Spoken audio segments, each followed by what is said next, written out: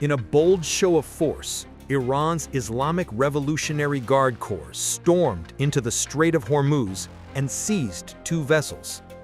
In a statement, the IRGC Navy identified the ships as MSC Francesca and Epaminondas. These vessels were detained for, quote, jeopardizing maritime security and then taken to Iranian shores. The statement claimed that one of the 2, quote-unquote, offending ships, MSC Francesca, was linked to Israel.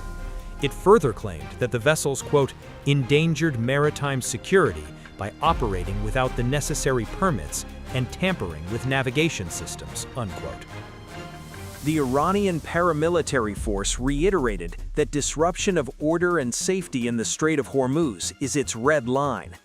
This comes as Iran vowed to use force to smash the U.S. blockade on its ports, while reiterating that the siege of the Strait of Hormuz will continue in retaliation. And the message doesn't stop there. Iran's top military command is now openly signaling full readiness for war as uncertainty looms over the American president's unilateral declaration of the extension of the ceasefire just before its expiry. The Iranian state-run broadcaster reported early Wednesday, quoting a statement of Qatam al-Anbiya Central Headquarters spokesperson Ibrahim Zolfagari, that the country's forces would attack American and Israeli targets with full force if they attacked Iran. The spokesperson for Qatam al-Anbiya Central Headquarters, following repeated threats by the U.S. President and senior commanders of the aggressive and terrorist army of this country, stressed their full readiness and warned that the armed forces of the Islamic Republic of Iran, in case of aggression and any action against Islamic Iran, will immediately be met with a powerful assault on predetermined targets and will deliver another deterrent lesson far more severe than ever before to aggressive America and the child-killing Zionist regime. Sateh Adi.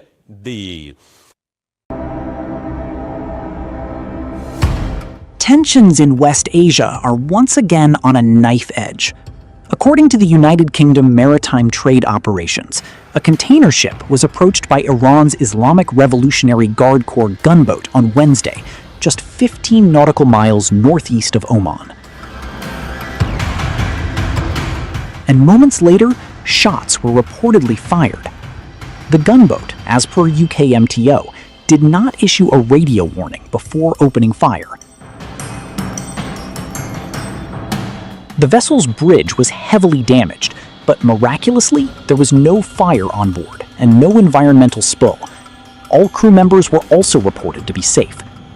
Iran's semi-official Tasnim news agency reported that Iran's military enforced quote-unquote maritime law on the container ship, that it ignored repeated warnings. The incident comes after the IRGC's aerospace commander issued a stark warning to the United States and its regional allies as tensions continue to escalate despite an extended ceasefire. Brigadier General Sayed Majid Musavi vowed that the IRGC would target wherever the people of Iran wanted them to, while delivering remarks in a message addressed to the people of Tehran. While delivering remarks in a message addressed to the people of Tehran, he also assured people that the IRGC forces are fully ready to defend the country by saying, "Today we have come to you to declare our pledge. If after the ceasefire the enemy oversteps and commits any aggression against this soil, this time our target will be wherever you direct us." The message didn't stop there. He also issued a direct warning to Iran's US-friendly neighbors against collaborating with the enemy. He said, "Let the southern neighbors know, if their land and resources are used by America to attack the Iranian nation, they must bid farewell to oil production in the West Asia region." This comes as a 2-week ceasefire between the US, Israel, and Iran came to an end on Tuesday night amid a stalemate over the next round of talks. However, US President Donald Trump announced its extension following what he said was a request by Pakistan, which has mediated peace talks in the 7-week-old war. Trump's announcement appeared to be unilateral, and it was not immediately clear whether Iran or the US ally Israel would agree to extend the ceasefire, which began 2 weeks ago.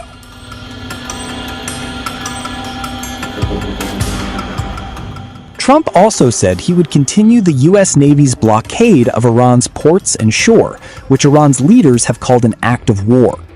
Later, in another Truth Social post, he talked about blowing up all of Iran and its leaders. He wrote, "Iran doesn't want the Strait of Hormuz closed.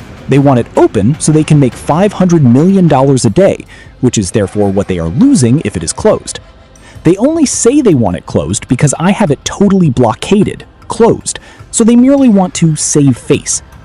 People approached me 4 days ago saying, "Sir, Iran wants to open up the strait immediately.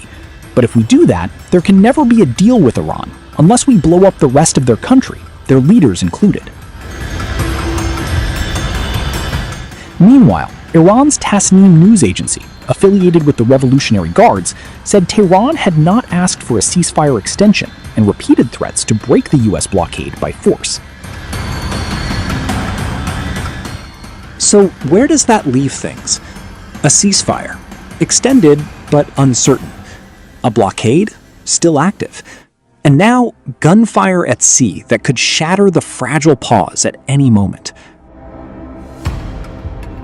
Separately, the spokesperson for the Iranian Ministry of Foreign Affairs, Ismail Bakai, announced on Tuesday that no final decision has been made regarding whether or not to participate in the talks in Islamabad, as the U.S. Vice President canceled his trip to Pakistan in the absence of a confirmation for the same from Tehran. I think every diplomatic process, every negotiation must be judged by its pros and cons.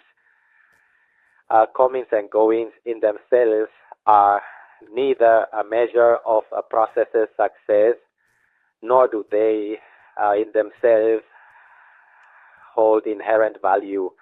The important thing is that we come to the conclusion that participating in a diplomatic process will secure our national interest.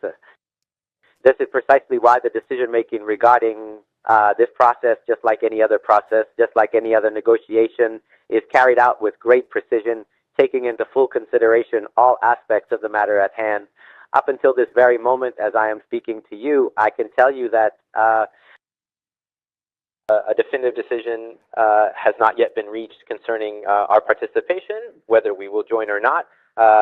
And the reason for this is perfectly clear. This is not to be interpreted as indecision. The reason for this current situation is that we are constantly confronted with contradictory messages, inconsistent and often conflicting behaviors, and a series of truly unacceptable actions coming from the American side.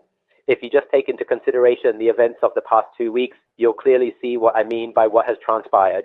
If you take a moment to review the situation, you'll find that right from the very beginning of the ceasefire, the American side was immediately confronted with a very clear and undeniable breach of its commitments.